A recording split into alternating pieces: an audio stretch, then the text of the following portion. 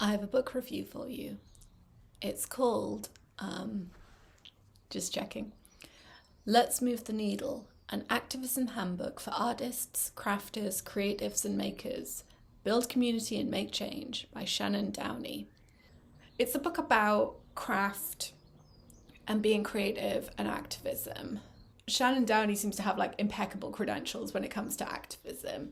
I think she started as an activist kind of a few years, she seems to have been going for a very long time. She began doing a lot of stuff with cross stitch, and I think she did that quite a famous one that went around on Twitter that was boys will be boys, and then boys was crossed out and it said held accountable for their actions, which I remember seeing that on Twitter, absolutely loved it, retweeted it I think 5 different times. And she's done a lot of work since then of kind of taking what I think is seen by some people as quite a sort of twee, old-fashioned art form and kind of using it to put across these kind of radical sort of ideas, or what was seen radical at the time. It's fantastic to see. It's fantastic to see how many people she has connected with in this, and I would say some of the strongest parts of the book are definitely when she's talking about her own activism. It definitely made me want to kind of go out and start kind of being more active, but connecting it to kind of crafting and crocheting and the kind of crafts that I'm involved with, which is, really cool. And it begins with this really interesting chapter on the history of activism and crafts, which is mainly US focused,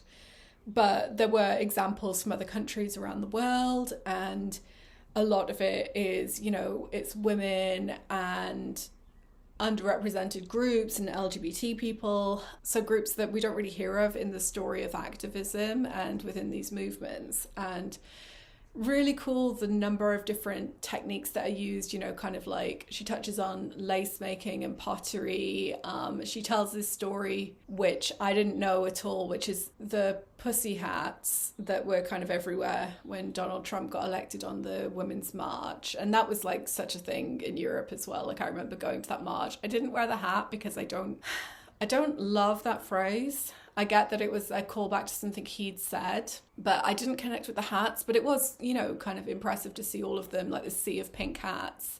And I didn't realise that there's such a tradition of hats as activism. So in Roman times, a slave who had been freed was given a special hand, knitted cap, and they would wear it as a mark of their freedom.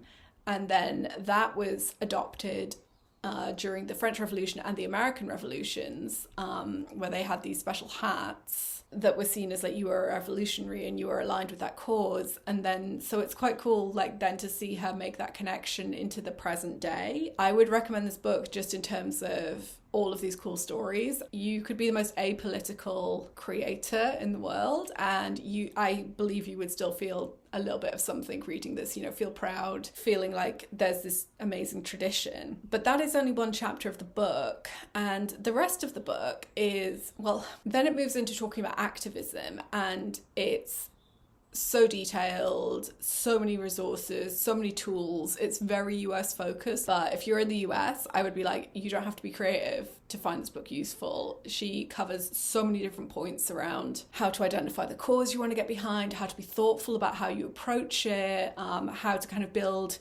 your network, how to bring people together, how to make the most of your resources. It's a fantastic handbook for activism, definitely. But it does feel like the craft stuff kind of falls a bit by the wayside. She talks a lot about running workshops for people where she teaches them how to embroider and do cross stitch and things, and how that can help people connect with their own creativity and empower them. I might have missed it, but I didn't see anywhere in the book a guide for setting up a workshop like that.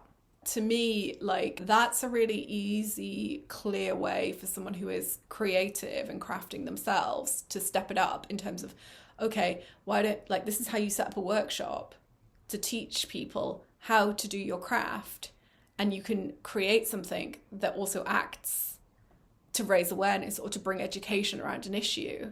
you know? And that's where I felt like the crafting kind of fell off the radar a bit. I kind of wish that she had been encouraged by her editor or given license by her publisher or whatever to write 2 books. One completely on activism and another one on bringing creativity into your activism. All of the advice she had for activists in the book is really, really useful, I think, but it's not particular. I don't feel it was particularly applicable to creatives. There's such an amazing history in the UK of trade unions making these incredible banners which tell the history of working class rights in this country, and they have been exhibited in museums, and they are seen as like massive heritage pieces of art. And it's like, it would have been fantastic to see a chapter on protest signs, you know, words of encouragement around creating your own protest banners and the history of them, or how you can use your craft to take over public spaces and to draw attention to where there needs to be more attention, you know? Like, I mean, this is not at all the obvious one, but like here in the UK, there was an example of someone who was trying to get potholes fixed in their street, and the council had been ignoring it for like 2 years, and so they went out and spray painted a penis next to every single pothole, and it got fixed within 2 days. And that's really funny. And yeah, you could argue, is that the most creative thing to do? No, but it is creative. Yeah, so in conclusion, a good book that could have been 2 really great books. I hope she writes more. I think she has so many amazing stories and so many insights to share, and I hope she's given the space to drill down a bit into some of like the crafting side of things and really look into the history of it. Hello, me again. Just realised I forgot to film any kind of outro for this, and also give you the heads up on what book I might review next. So I mainly want to review books around the history of crafts and the kind of the role they play in the world, as it were.